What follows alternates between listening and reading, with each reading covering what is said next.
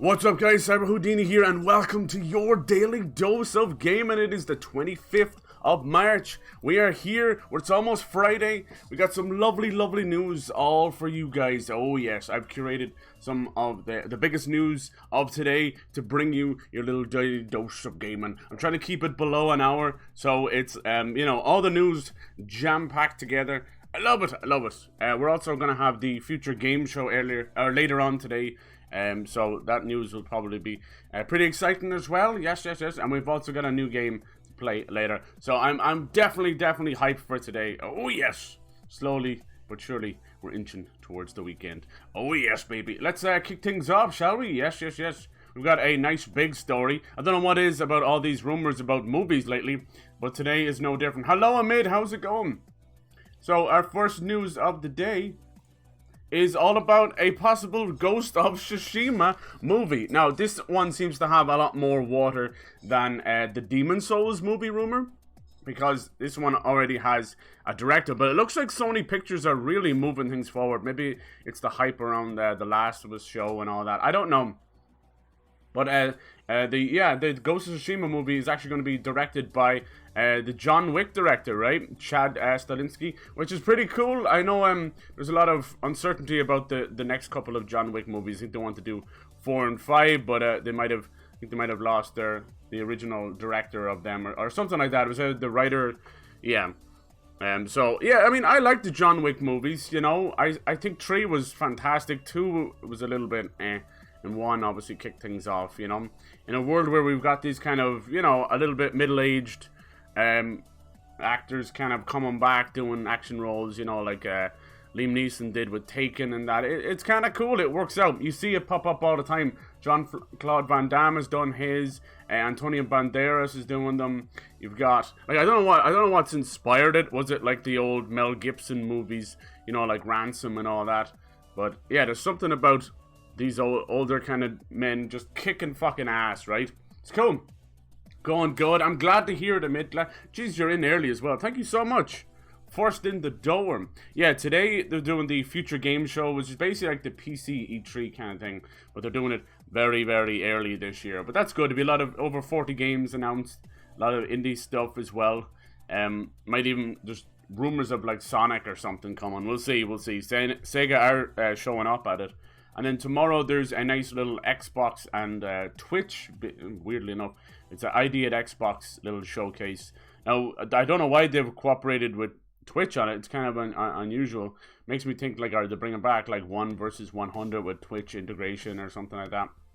It seems like a no-brainer to me, but sure, since when has these publishers ever taken the common sense route? But yeah, I hope you're well.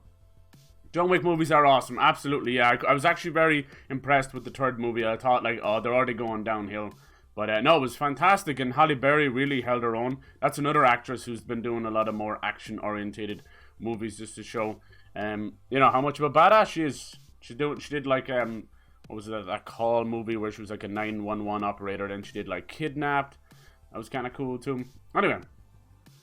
So yeah, we'll see. Like I was reporting on yesterday, there's rumors of a Demon Souls movie coming as well, which is very strange, because I just don't know how it would work, but I'm very cautiously optimistic.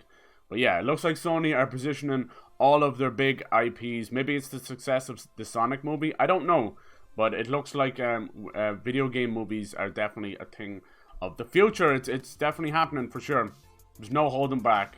Alright, on to the next piece of news for today. If you guys don't know about it, there's a little game I've been waiting a long time for called Biomutant. Oh yes, it's basically, it's like a little, you play as this little ninja raccoon, but the world is almost close to something like Breath of the Wild or The Witcher. But here's the thing, this game, I've been following this game since like 2018 or something. It's crazy, but luckily no signs of delays or anything like that. It's still set for March 25th, but they did release a new trailer. The unique thing about this game is instead of a character creator, you actually have a DNA slider. So, you know, instead of your little boobies and your butt and all that people like to mess around with, you're actually able to mess with the DNA of the little raccoon. So you don't necessarily have to make a raccoon. You can make any sort of little creature you want. Mess with their fur and everything. It's really cool. But the combat looks insane. It's a pretty special looking game. I'm actually nearly more excited for this than I am Resident Evil 8 because I've seen so much of Resident Evil 8. The only thing I'm worried about with this game, Biomutant, is, like, look at those colors, wow, is that they've chosen to have a narrator. Obviously, this little ninja raccoon didn't want to give him a voice. So they've chosen to have a narrator, and he kind of sounds like Stephen Fry. And I'm a little bit worried that he's just going to have too much narration, you know? But the combat looks absolutely incredible. Yeah, there's a little bit of a comic book art style to the combat. It's fully open world. The amount of traversal in it is amazing. Not only have you all these cool, unique beasts, you're going around in hot air balloons, gliders, all this sort of stuff. And I'm super excited for that. That trailer does definitely not do it enough justice. Let's see. Any other? I wish YouTube would actually recommend me another trailer for the game that I'm looking at. Fucking websites. Anyway, instead I'm getting something about fucking nonsense. Recommended tab is so broken. But anyway, it's a great looking game. I'm excited for it. Biomutant. Hell yes. It's made by a team called Experiment 101. They're made up of a lot of industry vets, but I think this is their first game. I hope the Uncharted movie's gonna... Yeah, that's gonna be a big one, right? I know they have the Last of Us show coming as well, right? They've already talked about... I love that X-ray as well. They've already talked about, you know, who they've hired and stuff. But anyway, that's Biomutant. The only thing I'd worry about is, you know, it's a lot of games are releasing in May. And, you know, you kind of want to get out of the way of the big chunguses. Alright, up next, any Immortals fans out there? This was the kind of sleeper hit of Ubisoft's 3 big open world games. Set in Greek mythology. This one definitely feels a lot like Breath of the Wild, but they're releasing basically a new DLC all set in like an ancient China, you know? It's called Myths of the Eastern Realm. And this is something I thought they would save for a sequel, but here we go. It looks absolutely amazing. I can't believe they're doing this with a DLC. It looks like they've got a different sector of, like a different team at Ubisoft doing this. You know, they have so many teams, but it's just really cool. Honest to God, they could have saved this for its own game. It makes me think of Jade Empire so much. Yeah, I'm so excited. I actually had this game. I just wanted to finish Assassin's Creed before playing it. I ended up getting it for $20. It is definitely the sleeper hit. Out of Watch Dogs Legion, Assassin's Creed Valhalla, and Immortals Phoenix Rising, I still think this may be the best of the 3. It was made by the team that did Assassin's Creed Odyssey. Because of the Greek mythology, Ubisoft decided, how about we create another world around this mythology? And now you can see with the DLC, they've already gone to another mythology. Pretty cool. That makes me think that we're probably not going to get a sequel for Immortals, which is kind of sad. Because what they've got here, they could easily have put a sequel out this, you know, in maybe a year or two's time, you know? Which is a little unfortunate. Biomutant, yeah, it's coming in May. I wouldn't be surprised, it hasn't gone gold yet or anything, but I wouldn't be surprised if maybe it got a short delay.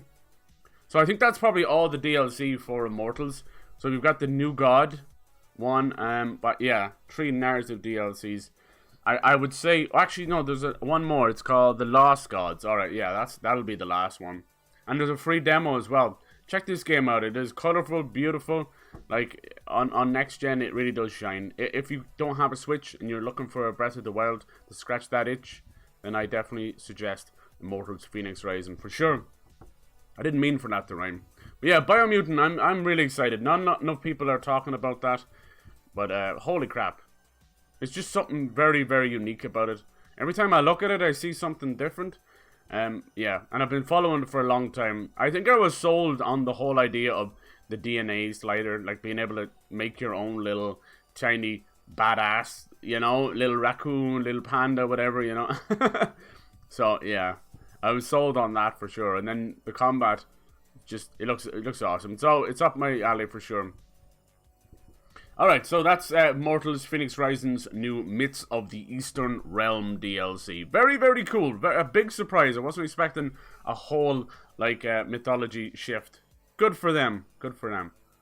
Chinese mythology. Alright, a little bit of nice news next. Just very small little update on Halo Infinite, but basically, one of the voice actors... Now, this is, you know, you gotta take these things with a grain of salt, but one of the voice actors have basically said that yes, it's probably coming in November.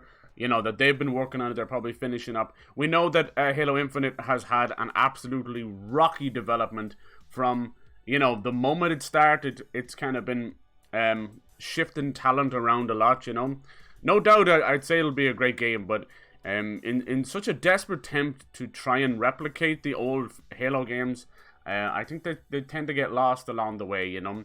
It's no, you know, big shock that everybody would agree that since Bungie left after their last one, it kind of felt like Halo was slowly going downhill a little bit, you know. And then I think with them trying to create like live action experiences and movies and TVs, that their focus is obviously shifting. But, you know, 343 is far from a bad developer. I just think the goalposts are constantly shifting for them, you know, with being Xbox's flagship title, you know. So you can imagine even someone as cool as Phil Spencer is probably banging down that door every day, like, put this in the game, put that in the game, you know, that kind of way. Especially seeing as he's such a fan of Destiny 2. So, you know, he's following Bungie very closely. I mean, there's even rumors of Xbox actually buying Bungie.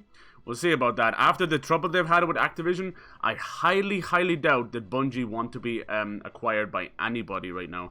Because I know they're obviously working still on Destiny 2. There's rumors of their next IP, which is meant to be called Matter. And obviously, you know, Destiny 3 down the line, maybe. We'll see. They had a 10-year deal with Activision, and they basically fell out with them so much, they're like, fuck it. We're breaking the contract. They weren't even that far away from finishing out the contract. But the main reason for it was because apparently Activision wanted Destiny 3, you know, within 2 years after Destiny 2. And they just didn't want that at all. So, yeah. Clearly, it was Activision trying to adopt their Call of Duty model, you know. Fuck that shit. Call of Duty has 3 developers working on it, you know. Probably over like 2,000 team members. It's a little bit different for Bungie. Bungie, the people at Bungie are, they're artists, you know. They're FPS gods. They know what they're doing. Give them time and they'll make magic. But yeah, so this is cool. I'm excited for Halo Infinite. Will it be an Xbox Series S and X exclusive? Probably not. But I think that's what's holding it back. I really do. I really do. They're going for an open world approach. Its first reveal was met with basically laughter, unfortunately. It was definitely an early build, and it looked like they forgot to ship the textures with it. And it's unfortunate they showed it in that light. Now, this will be the first proper open world Halo. Will it work in its favor or against it? I don't know. We'll have to see. But so far, you know, open world games do tend to take a little bit of a graphical hit because you are rendering so much, you know. People think it's all kind of easy. It's just a flat terrain, but it's not as simple as that. We'll see. We'll see. They recently showed off some other gameplay for it, and it looked a little bit better, but I don't know. I don't know if it's enough time. So yeah, we'll see. It's unfortunate they actually said the name of the voice actor, because that can get you in a lot of hot water. You know. Anyway, we shall see. We shall see. I'm excited. You know, I'm a big fan of Halo. I grew up with Halo. And some Gears. Good times. I still think that there's a chance for Master Chief to shine again. I just wish they wouldn't dilute him by putting him into things like Fortnite and that. Silly, silly, silly. Alright, on to the next piece of news. We got a nice bit of news from House Marquee. If you guys are excited for Returnal, House Marquee of Resogun fame, Alien Nation, some Dead Nation as well. Fantastic, fantastic studio. Yeah, and they're working on a brand new game called Returnal, which makes me think of Alien so much. And it's just gone gold, which is amazing. Usually games will go gold about a month before release, all going well. And what gold means is basically it is beginning to end, it's ready. It's good to go, it's finished. And when it goes gold, it means it's going to press to disc. You know, they'll start manufacturing the discs. That's how that goes. Now, usually when a game goes gold, it will not be delayed again, but we did see that happen, you know, once or twice over the course of many, many decades of gaming. But it's fine, it's fine. The game looks awesome. It's a third-person shooter roguelike, and it kind of makes me think of a little bit of what I'm playing right now, The Remnant from the Ashes. Looks super fast, just like what House Marquee are known for. It's also their first 3D game. I wish them the best. I think it's PS5 only though, so that might unfortunately create a little bit of a a gate, you know, for people to play it, which you don't like to see. You know, this is the issue that's happening right now with you know, everyone wanting their consoles and they can't get it. Let me show you a little trailer for Returnal. Boop. But yeah, it looks really cool. It seems to have a very personal story as well, which I love. I mean, you can't not see the main character and not think of Ellen Ripley, for sure, for sure. I'll be definitely playing this one. The release date right now is April 30th. So yeah, about a month. We're about a month away. So it's great news. Congrats to the whole team. I wish them the best. Great, great studio. Been nothing but absolutely quality games. And this looks fantastic. I mean, you've got an alien world. Roguelike, basically, for anyone who doesn't know, it just means that you kind of die and start again, but you usually like hold on to, like, you know, like how Hades does it. That's probably one of the most successful roguelikes right now. Or Dead Cells.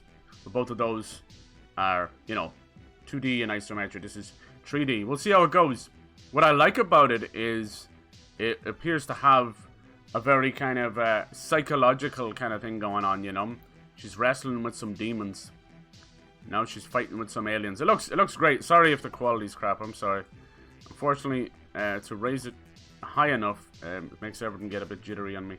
It's the way it goes. Trying to like zoom in things. But like, look how unique this looks. I know we've had a lot of spaced brawlers and that, but I really like the creature design. And she's got her house in the middle of stuff, so it's clear that she's going through some serious psychological trauma. And that looks first person. I'd say it's just for the cutscene. I'm excited for this. Excited. It's, you know, one of those games built straight from ground up for PS5. So you know it's going to be a looker. Hell yes. It kind of has a bullet hell vibe to it as well, which House Marquee are known for. If you've played Resogun and that, they are known for that. And I really like that. You know, I just was playing Fury recently, which is also a kind of like that's a hack and slash bullet hell. But I like that genre mashup. And Nier Automata also does that too. That's a 3D hack and slash game with a little bit of bullet hell thrown in. Basically, bullet hell is just like, boom, we're going to throw every manner of ball and laser and plasma beam at you at the same time. I fucking love it. It creates this you know, like almost like micro movement system where you really have to think on your feet. It's really cool. Alright, on to the next piece of news. What have I got here? What have I got? So we got Video Games Chronicle reporting on legendary game director Hironobu Sakaguchi is talking about possibly his next game being his last. He is one of my idols. He is the original creator of Final Fantasy, and I think he stayed with them up until, I think it was like 6 or 8 or one of those, and then unfortunately he went his own way. But he is an absolute visionary, you know. When you think old school Final Fantasy, you know, before things got really kind of watered down and insane, you know, he is the mastermind behind that. He went on to form his own studio and brought out some incredible games, absolutely incredible games under Mistwalker. A lot of them, unfortunately, got locked to the Wii at the time, which is so sad. I would love to switch to bring them. Like, everyone's asking for this game and that game. I'm like, Jesus Christ, if you have no idea that you have like these RPG like classics stuck on very old systems, you know, like there's the Last Story. What was that other one called? It was like had like a tower in the name or something like that. Let me see. Let me see. But the ones where I kind of got to know his name, obviously, was playing Final Fantasy VI. And then as I got into the Xbox 360, he was responsible for some incredible JRPGs that were just on the 360, including Blue Dragon. They had like the Akira Toriyama of Dragon Ball fame doing the art style, and Lost Odyssey, considered one of the best JRPGs of all time. It is so special, and it's a sin that this guy does not get, you know, more back. And not yet sure if I want to play Returnal. Yeah, I'm interested in the story and how it'll unfold, but the gameplay, not my style. Okay, it does seem very hectic. I'm right there with you. I understand. Like, there's a reason they call it bullet hell and not bullet heaven, right? You know, it is very panic, very hectic for sure. But there's something about it. It's like a beauty to it. I'm telling you. You feel it's like a dance. You feel like you're going through a dance amid. And it's cool. Like, yeah, you get annoyed at getting hit in that, but when it starts to flow, when it clicks in your head and you start to do this little kind of micro movement, oh my god, it feels amazing. It's kind of undescribable, but holy crap. Yeah, so back to Sakaguchi. He also has a badass name as well, Hironobu Sakaguchi. What a fucking great name. But yeah, Lost Odyssey, I still think it's one of the most personal and incredible JRPGs. You play as this immortal being who has to live for 1,000 years, and he goes through, you know, generations of people he knows and lovers, and watching them all die. It's just incredible. And the beauty of it is, in these 1,000 years, he decides to basically catalog these things, and they're beautifully written in the 1,000 years of dreams, and it's some of the best writing I've ever seen in a video game. Truly heartbreaking, and they're just these lovely little cutscenes, you know, and basically like just one screen that's kind of blurred and it'll move around, but it's accompanied by gorgeous kind of very relaxing music and sound effects. You know, it's almost like when you watch one of those videos of like a storm outside or waterfall or something like that, you know, that kind of way. Very pleasing and relaxing, and just a beautiful story. Feels like an audio book. But yeah, and every one of the stories is obviously different. You know, some of them are just heart-wrenching. But yeah, Lost Odyssey is slowly becoming a lost classic, and I don't want to see that happen. You can still play it on, you know, Xbox. It was 4 discs, but thanks to the power of backwards compatibility, you can just play it now digitally with just putting 1 disc in, or, you know, digital, whatever way you want to do it. So I like that. So it's not completely lost. Thank you, Xbox. I never would have thought Xbox was the place to actually create legacy content, but there you go. Jesus, Mary and Joseph. But yeah, there's a lot of other games he worked on. Recently, he's been, he had his own kind of, he's been going into the mobile market a good bit because, you know, at the end of the day, there's a huge market over there and around the world as well. So you can't blame him. So his next game, Fantasian, looks incredible. If you're a fan of like Octopath Traveler, that kind of art style, it has that thing going for it. You know, you've got these kind of 3D sprites mixed with a realistic kind of background. It's really cool. But I'm hoping it does well, Fantasian. I'm not sure if it's something that will come west. I hope it does. He's working on that now. He's even working with legendary composer of Final Fantasy, Uematsu. Is that how you say that? I'm sorry if I pronounce things wrong. Sorry. I can barely speak English.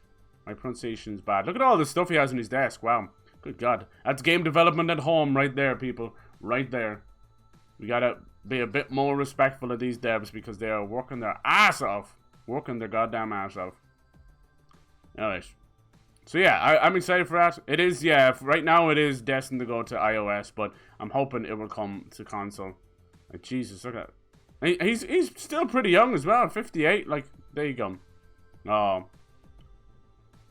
I wish the best. I'd hate to see that to be his last project, you know, because he's had a lot of masterpieces, and I don't want to see any of them forgotten, you know. Why can't we do like a collection or something, you know? Like, God damn it. He's had a lot of cancelled games over the years as well. One of them called Cryon, which looked fucking amazing. It's just, you know, game development is expensive. Very expensive. I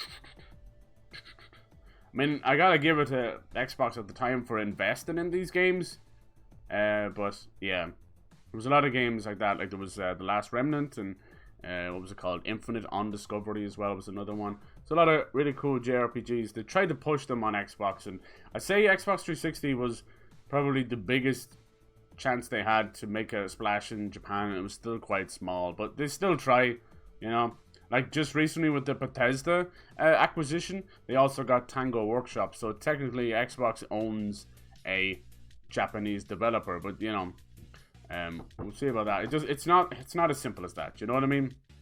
I mean, right now in Japan, the Switch is selling like hotcakes to the point that PlayStation's actually suffering. So if a PlayStation is starting to suffer a little bit in Japan, that's all you need to know. Japan is mobile first, then Switch, then PlayStation, then God knows what else after that. Pachinko machines, then maybe Xbox. Anyway. It's the truth. It's the truth. You might think I'm making a joke. It's the truth. All right, on to the next piece of news. We have, speaking of Octopath Traveler, we have a little bit of news here. It is from IGN Korea, so I've had to translate it from Korean, so Google Translate is doing its best, but it's not doing a great job. But basically, the news is we just got Octopath Traveler on the Game Pass, which was a Nintendo game.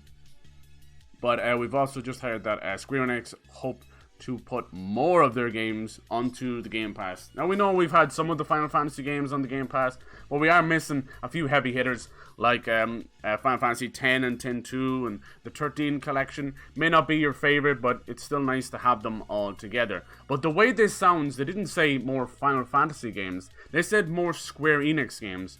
So, yeah, we'll see where that goes. I'm expecting maybe other games that were published by Square Enix that were on Nintendo that we might actually see, you know.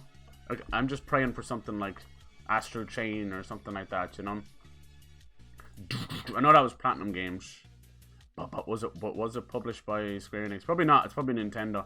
Who knows? Who knows? It's kind of wild what's going on right now. It's just anything could happen. Anything could happen. What about like The World Ends With You? Ooh, maybe that, something like that. Or the Dragon Quest Builder games, unless they're on there already. You never know. We'll see. What's the newest ones they're working on?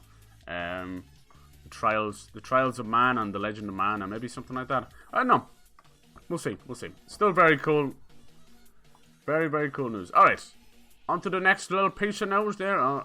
We've got Back 4 Blood. If any of you guys are excited for Back 4 Blood, it's the new game from Turtle Rock Studios, who brought you Evolve, but a lot of them are veteran devs that work on Left 4 Dead. And if you couldn't tell, Back 4 Blood, that's exactly what Back 4 Blood is all about.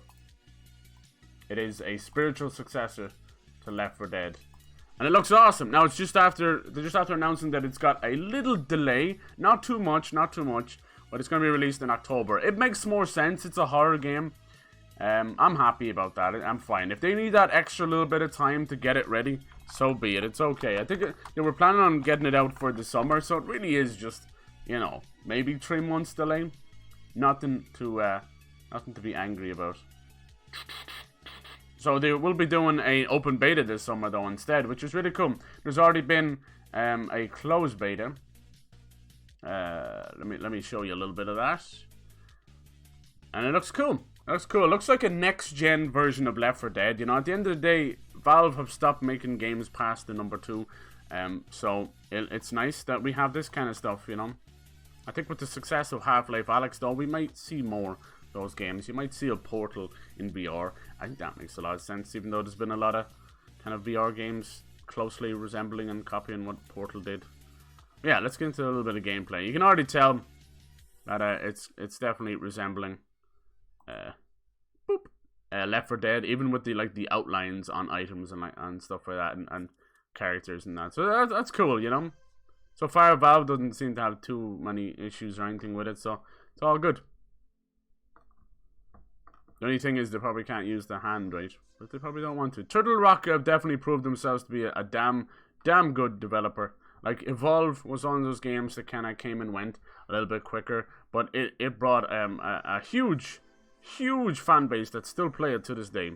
Evolve was that 4v1, you played as the giant monster, and it was really cool. I think it was one of the coolest ideas behind the 4v1, where, you know, you see a lot of that, where things like, you know, Dead by Daylight being a big success as well.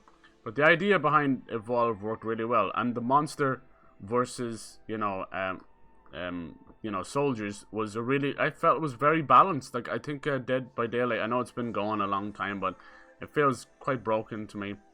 You know, that's why no one wants to be the killer in that game. So if you've got like such an issue like that, putting more killers into it's not going to fix the problem. But yeah, I'm excited for this. This is definitely something I'd love to play. Jesus, so much friendly fire, it's giving me anxiety. Yeah, like Left 4 Dead never gets old. Left 4 Dead 1 and 2 still remain fun to this day. Especially if you just want to shoot the shit with friends. To destroy, huh? It's like an alarm door or something. Cool. Very cool. I like the look of it. I hope it doesn't take itself too serious. Jeez, look at that joke. Because I think that was something about Left 4 Dead. It was kind of, in a way, goofy as well. But not cartoonish either. It was tough. It was fun. Alright, cool. That's Back 4 Blood. Now with a new release date of October 12th. So a few more months to wait, but there will be an open beta. So that's fun. That'll be fun. You know, it's an online multiplayer game. They got to get it right. They got to get it right. Oh, okay, on to the next bit of news. Like I said, there's the ID at Xbox showcase tomorrow, and one of the games that just popped up is so funny. It's called an airport for aliens currently run by dogs. Like, I couldn't even say that the first time. It looks ridiculous. You're at an airport. An alien airport run by stock photo dogs. And your fiance is in another airport across the galaxy. What is this? So you get a ticket. 50 tickets if you want. And to use Stock your photo ticket, you need to dogs. find your gate. You're surrounded by a language that you don't understand. But you do understand dogs. You pet dogs. You pet every dog at every time with infinite hands because you can. Take infinite amounts of money out of the ATMs because dogs don't care about money. They just want everyone to be happy. Oh, true. This universe is full of creatures that want things. Cats that want vengeance, bears with secrets, planes haunted by horses.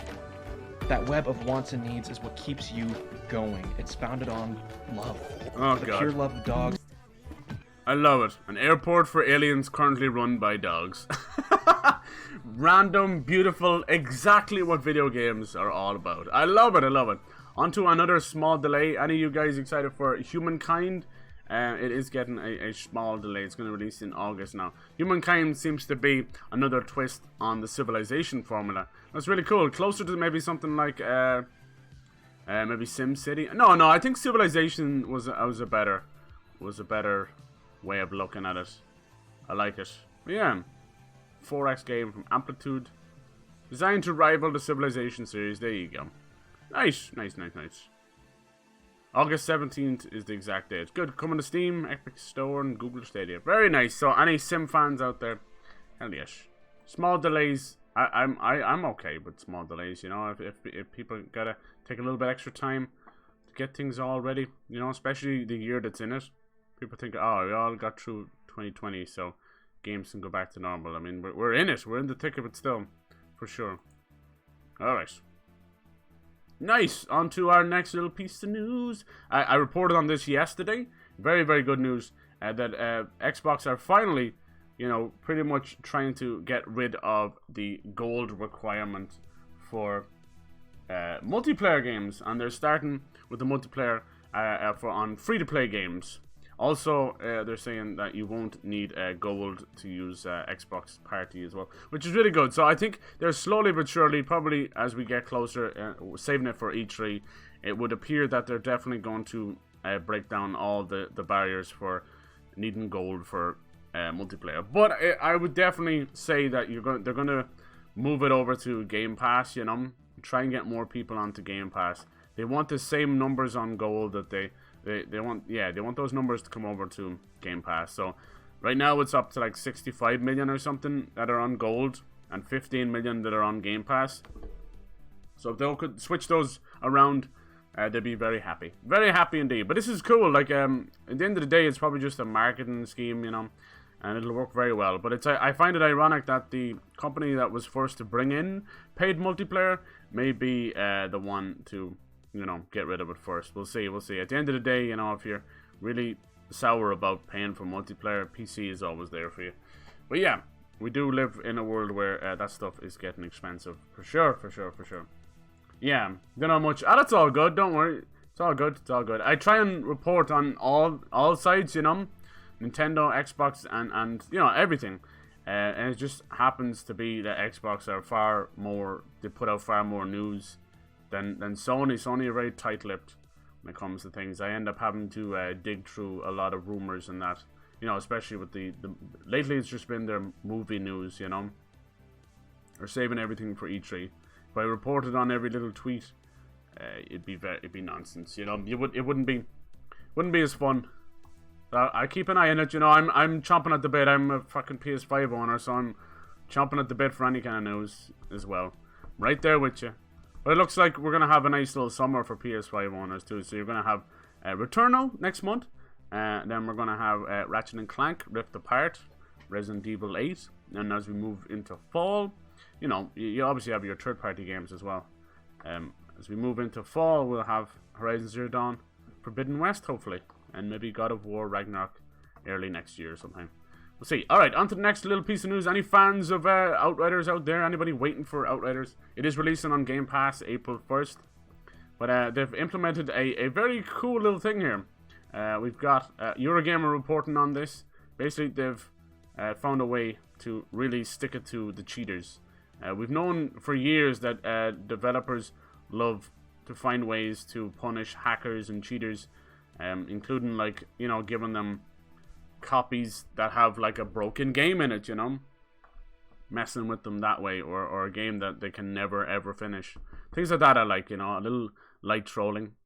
But it looks like Outriders are going full force. They're gonna do an actual watermark all over the screen as they play. People will still play like that.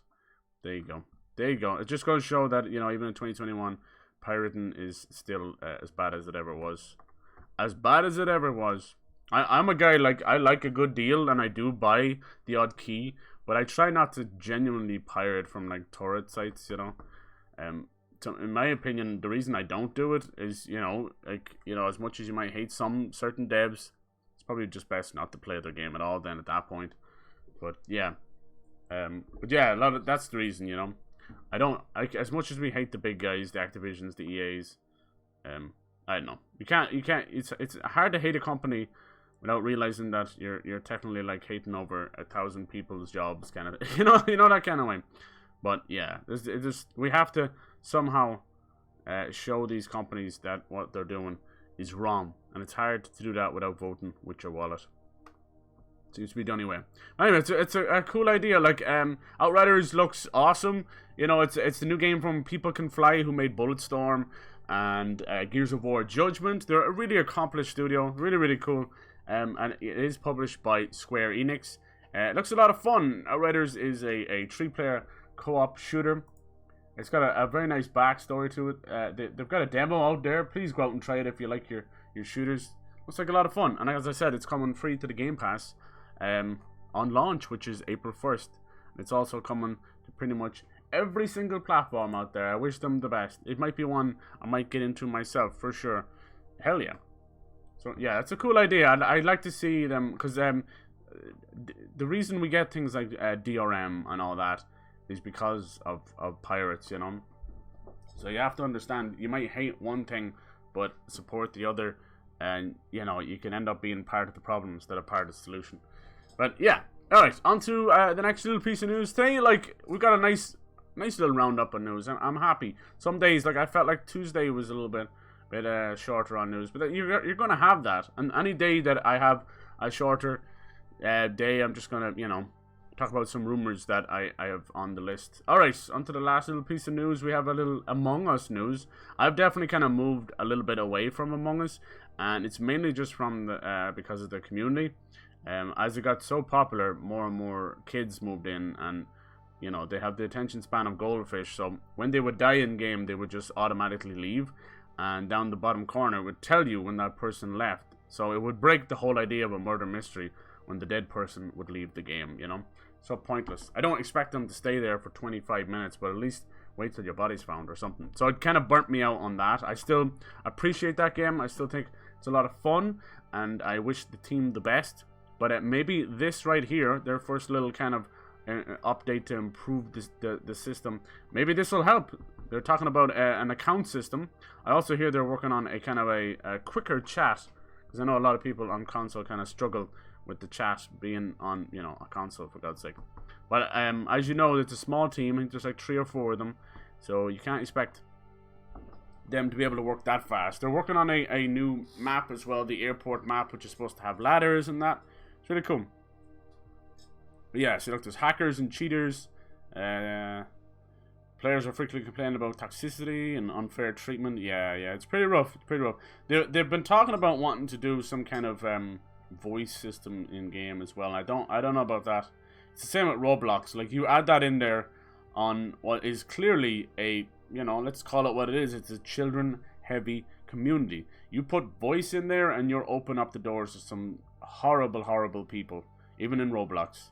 You know, there's a lot of sickos out there, so I would appreciate them not doing these kind of things. You know, please do not put, like, obviously there's already, you've got like kids as young as fucking 8 and 9 on Discord. You you know, you just to play Among Us with the friends and all that, and I don't know. I know how I feel about all that. I don't know. I really do. Oh, fucking ad. I really do think that internet nearly should be like illegal. Should be legal for under like 13s or under 16s or something. Just my personal opinion, because there's a lot of fucking wackos out there. A lot of wackos, yackos, and dots, for sure. Anyway, never pirated a game, even bought them. Yeah. No, I know how you feel. Yeah. I mean, here's the thing. I didn't even really know it was that big of a thing. But, you know, I do buy the odd game from key stores. And, you know, if it's to be believed, a lot of those key stores, unfortunately, are using, like, stolen keys, which is sad. What they do is, apparently, it's from stolen credit cards. They buy the keys from the credit cards, sell the keys, profit, and then it can't be sent back to them, which is, it's unfortunate. I have no way of knowing that, you know? But I still feel like part of the problem when I do that. Anyway. Alright, I think that's everything for today. We started off with the news on the Ghost of Tsushima movie. I wish them the best. I mean, Ghost of Tsushima could make a fantastic movie. It was an incredible game. It got so many accolades that the mayor of the island of Tsushima, you know, it's a real island, actually went and got two of the developers, two of the creative directors, and made them honorary island members. Now, how cool is that? So that'll tell you that they must have done a great job and shown off the island and its history, obviously, from the, you know, attack from the Huns and that, to be, you know, very, very well done. So I'm glad to hear that. Sucker Punch obviously took a massive risk going from Infamous and Sly Cooper to something as brutal and realistic as Ghost of Tsushima, and it really paid off for them. I think it's one of the most beautiful games on console right now. And what they did with the wind mechanic, what started off felt like a gimmick, was just by the end of the game just felt incredible. It was just such a clever use of the touchpad as well. Fantastic, absolutely fantastic. Good for them, good for them. I await this movie. Very, very excited for that. Hell yes. Alright. Yeah, exactly. Yeah. I do hope that they use actors with accurate eccentricity. What would you say, like, you know, Japanese actors, right? It is the island of Tsushima. Maybe even some, because here's the thing, I'm right there with you. You hear a lot of these kind of reports where these films go to these countries to film, and they bring on all the extras, they bring on all the crew, you know, practically treating them like slave labor, let's be honest, right? And then they whitewash the whole movie by using big name actors. I hate that. I hate to see that. Like, there is so much talented actors out there across the world. Why do we need, like, Scarlett Johansson to do fucking Ghost in the Shell and things like, you know, there's just no need. They don't have that much pulling power. At the end of the day, it don't matter what actors you bring on. If it's a bad movie, it's a bad movie, and Ghost in the Shell is a bad movie. Unfortunately. What is it about them taking my beloved things and ruining them?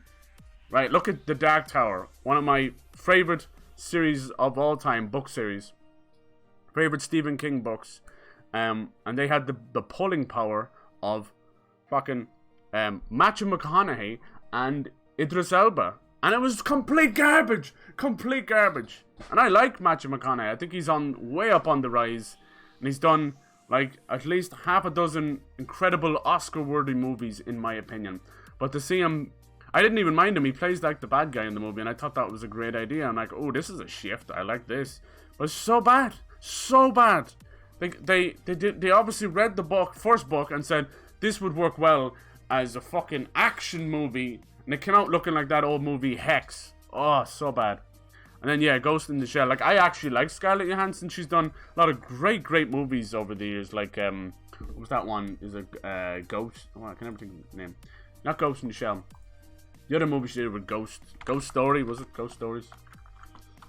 Good God. What was it? Is that what it's called? I can't remember. No.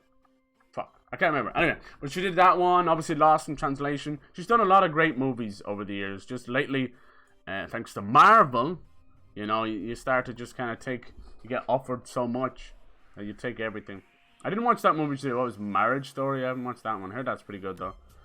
She did that other movie, Lucy, which was done by Luc Besson. It wasn't great. We live in a world where you've got a movie like Limitless, Lucy, Transcendence, these three movies kind of doing the same fucking thing, all dealing with, you know, the power of the mind, but they're just so inundated with CG that it leaves them on the floor. Limitless was fun though. Limitless was fun. It didn't go too far into the ridiculous. Lucy does, but still worth a watch. I prefer Lucy over Ghost in the Shell. And I am a Luc Besson fan, so that probably changed my mind a little bit. But nothing can take back Ghost in the Shell. The thing that makes me sad about Ghost in the Shell is that they had, was it the Weta studio, I think they're called? You know, basically Andy Serkis and all that cool technology to do her suit. You know, the major suit in Ghost in the Shell. And it was all a waste. It was all a waste because they picked such a strange story out of a huge anime. You've got a huge beloved anime. You've got like one of the greatest anime movies of all time. And this is the story you choose to tell. Whoo! Like, and you've got the whole standalone complex you could have used as well. Any of these things. They went down for... What was wrong is they went in trying to chase Blade Runner. And they couldn't. You can't. You can't do that. That's not what Ghost in the Shell is. God damn it. Another one she did was, well, Under the Skin as well, which I liked as well. It was, like, filmed in Scotland. Really fucked up movie. Anyway, why am I talking about Scarlett Johansson? I don't know. I just went off on a weird tangent there. Hello. I'm Cyber and I go on weird tangents. That is your daily dose of gaming for today. I don't really report too much on movies. Like, I'm trying to steer away from that kind of stuff. But if it goes into the gaming community like this, if it's an actual video game being turned into a movie, I think that's okay. That blurs the line enough for me. And I hope it's okay with you guys. These are super fun. Thank you so much for joining me. We'll be back tomorrow for Friday's daily dose of gaming. We'll be talking about the future game shows, the ID at Xbox's Expo, and lots more news. Thank you so much.